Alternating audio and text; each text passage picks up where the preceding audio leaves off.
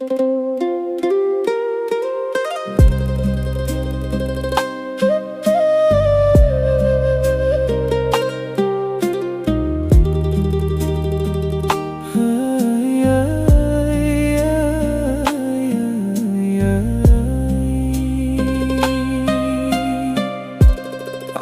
ការអើយដែលធ្លាប់រីកស្រស់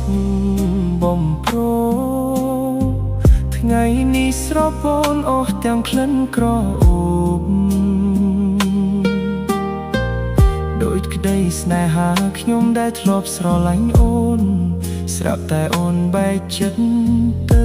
រកអ្នកថ្មីចិត្តអូនក្តៅរួចថ្ងៃខែ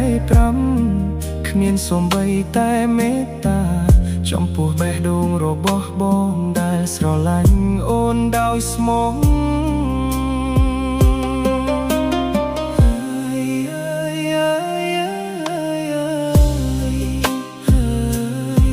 អនុស្សាវរីយ៍បងនិងអូនរាប់ឆ្នាំដែលពួកយើងសាងរួមគ្នាត្រឹមមួយផ្លែតคล้ายជាផេង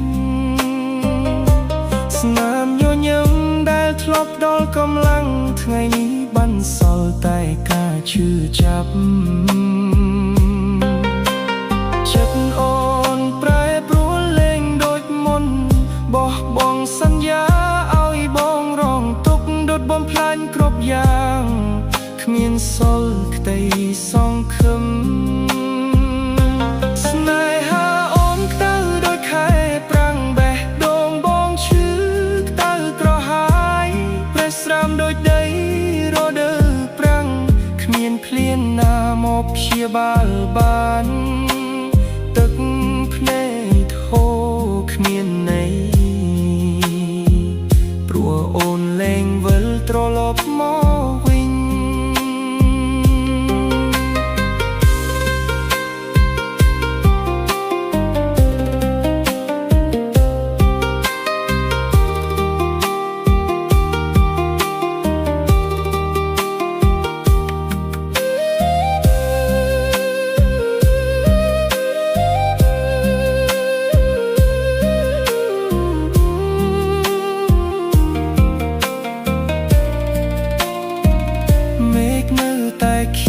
ថ្ងៃនៅតែភ្លឺតែចិត្តបងងឹតព្រោះគ្មានអូនជីវិតបងស្ងប់ស្ងាត់គ្រប់ទីកន្លែងនៅមានរូបអូន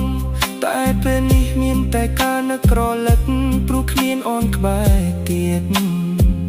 បេះដូងបងស្ងួតដូចខែប្រាំងអូនអើយ